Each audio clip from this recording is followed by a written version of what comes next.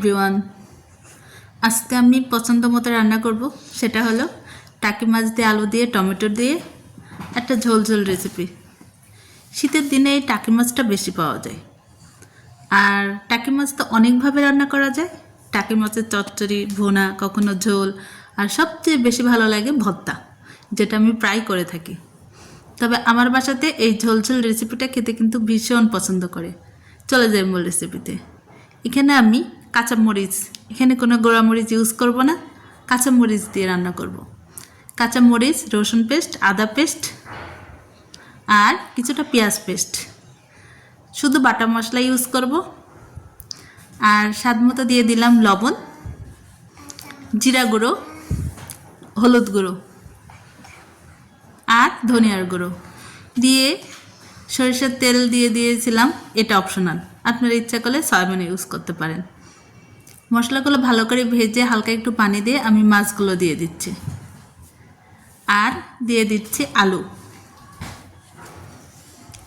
নতুন আলু দিয়ে এই রেসিপিটা খেতে কিন্তু ভীষণই মজা লাগে, গরম ভাতের সঙ্গে খুব ভালো লাগে।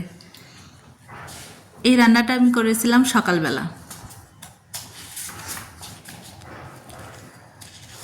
এই মাছ বাচ্চারা খায় না, জাস্ট আমাদের জন্যই রান্না করছি।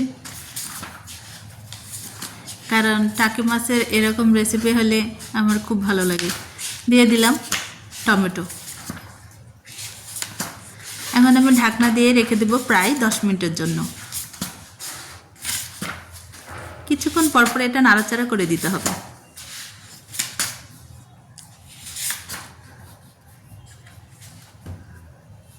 খুব আলতোভাবে নাড়তে হবে, কারণ টাকি মাছ কিন্তু নরম, খুব তাড়াতাড়ি ভেঙে যায়। আর একটু তেল দিয়ে দিলাম। মনে হচ্ছিল তরকারিতে একদমই তেল কম, যদিও আমি তরকারিতে তেলের পরিমাণটা একটু কমই দিই, সেটা আপনারা ভিডিও দেখলেই বুঝতে পারেন। এই রেসিপিটা কাঁচামরিচ দিয়ে বেশি ভালো হয়, তবে আপনারা ইচ্ছা করলে গোড়ামরিচ দিয়েও কিন্তু করতে পারেন।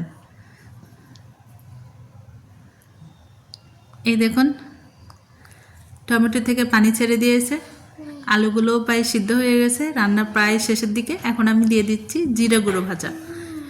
জিরা গুঁড়ো দিলে এই মাছের তরকারিটার স্বাদ কিন্তু বহুগুণে বেড়ে যায়। যেরকম স্মেল হয়, খেতেও খুব টেস্টি হয়। আমি আবারও আস্তে আস্তে নাড়াচাড়া করে দিচ্ছি। আর এটার ঝোল আপনি কমিয়ে বা বাড়িয়ে নিতে পারেন, যে যেরকম পছন্দ করেন।